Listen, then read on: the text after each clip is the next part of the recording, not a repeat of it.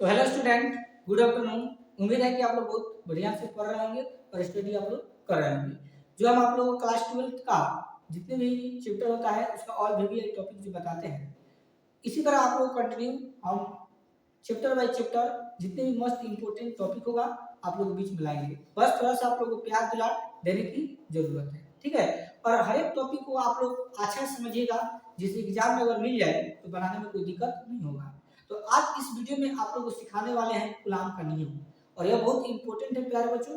2 number का सवाल प्यारे बच्चों एग्जाम में आता है, तो अगर आप अच्छा से सीख जाएंगे ना तो आपका 2 नंबर कोई नहीं रोक सकता है, ठीक है। तो बस आप लोग शुरू से लेकर अंत तक वीडियो को ध्यान से समझिएगा, ठीक है। देखिए लिखा हुआ है कि विद्युत बल संबंधित, कभी कभी ऐसा भी दे देता है कि विद्युत बल संबंधित कूलाम का नियम लिखिए। यानी कूलाम का आपको नियम बताना है, या डेट दे देता है एग्जाम में कूलाम का नियम लिखिए, ठीक। ऐसे भी प्रश्न आपको देखने को मिल जाएगा। और यह सवाल जो है 2021 के एग्जाम में पूछा है, ठीक है। और इसके बाद भी पूछा है, लेकिन हम 2021 में देखें, इसकी 2021 लिख दिए हैं, ठीक। तो इसका सबसे पहले हम लोग जानते हैं कि कूलाम का नियम क्या कहता है।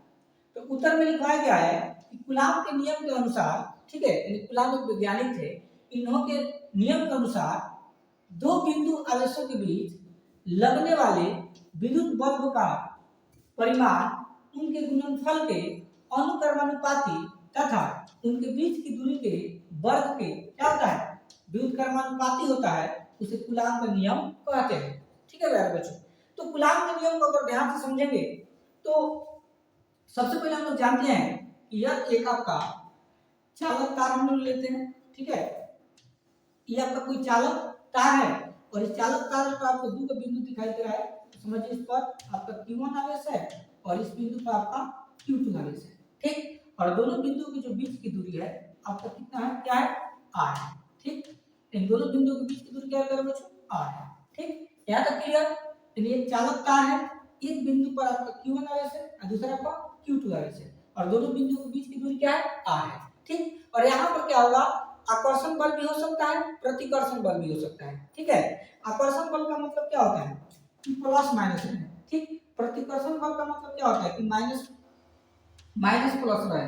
जैसे यहाँ प्लस माइनस है तो इसको आकर्षण बल कहेंगे, ये प्लस प्लस है तो इसको प्रतिकर्षण कहेंगे। तो यहाँ पर Q1 और Q2 आवेश है, दोनों प्लस आवेश है, ठीक है। तो यहाँ पर प्रतिकर्षण बल कौन दिए हैं, ठीक।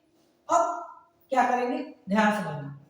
अब हमसे क्या पूछा जाता है, कूलाम के नियम के अनुसार दो बिंदु आवेशों के बीच लगने वाले, ठीक है, विद्युत बल का परिमाण उनके गुणनफल के अनुक्रमानुपाती, उनके गुणनफल के अनुक्रमानुपाती होता है। इसका मतलब क्या होगा, F का मतलब बल होता है, F का मतलब बल, यानी बल हो जाएगा इस समानुपाती किसका, Q1 गुने Q2, यानी दोनों आवेशों के गुणनफल के। तो यहाँ दो आवेश है, एक Q1 है एक Q2 है, आइए क्या है, बल है। प्रतिकर्षण बल भी हो सकता है, आकर्षण बल भी हो सकता है। तो यहाँ प्रतिकर्षण बल है, तो एक समानुपाती Q1 गुने क्या हो जाएगा, Q2। इसको समीकरण 1 के नाम दे दीजिएगा, ठीक। दूसरा बात में क्या कर रहा है, देखो, तथा उनके बीच की दूरी के वर्ग के क्या होता है, विद्युत कर्मानुपाती होता है। यानी एक समानुपाती एक बाटा, विद्युत कर्मानुपाती का मतलब क्या होता है, बाटा।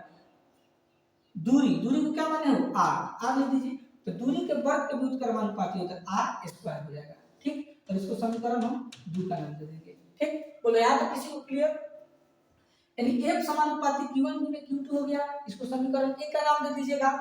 एक समानुपाती 1/r स्क्वायर, इसको समीकरण 2 का नाम दे दीजिएगा, ठीक है। अब लिखेंगे समीकरण 1 एवं 2 से, समीकरण 1 एवं 2 से, समीकरण 1 एवं 2 से, ठीक। अब देखिए इसके आगे क्या होगा, जब समीकरण 1 और 2 को कंपेयर कीजिएगा आप लोग, तो देखो यहाँ पर भी F है, यहाँ पर भी F है, दोनों में कॉमन दिखाई दे रहा है, तो एक हम लोग F लिख देंगे, ठीक है।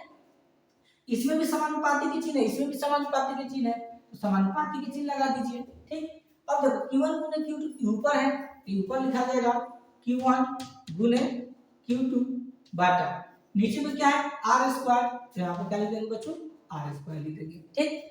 अब देखो जब भी समानुपाती का चिन्ह हटता है तो बराबर आता है, और बराबर आने के बाद एक नियतांक आता है। यहाँ पर क्या होगा, a समानुपाती हटेगा तो बराबर आएगा, यहाँ पर नियतांक में क्या जाएगा, किया जाएगा। तो लिख देंगे फिर Q1 गुने Q2 है तो Q1 गुने Q2, अब आइटम में क्या हो जाएगा R स्क्वायर। ठीक है, अब देखिए यहाँ पर जो के है लिखेंगे जहाँ के, जहाँ के क्या है एक नियतांक है, जहाँ के क्या है प्यारे बच्चों एक नियतांक है, और के का मान जो है आपको पता है क्या होता है, पता है 1/4 पाई एप्सिलॉन नॉट के बराबर होता है। तो अगर हम इसको लिखना चाहें तो एक बराबर की चीज की जगह पर क्या लिख सकते हैं 1/4 पाई एप्सिलॉन नॉट, यहाँ पर क्या है गुना Q1 गुने Q2 तो लिखेंगे Q1 गुने Q2, अब आटा में क्या हो जाएगा R स्क्वायर। यही जो है प्यारे बच्चों आपका कूलाम का नियम है, यही आपका क्या हो जाएगा कूलाम का नियम हो जाएगा। इस तरह से अगर आप एग्जाम में बनाएंगे ना आपका 2 नंबर कोई नहीं रुक सकता है। ठीक है, इसी तरह आप लोग एग्जाम में बनाएंगे तो आप लोग को बहुत अच्छा नंबर मिलेगा। ठीक है।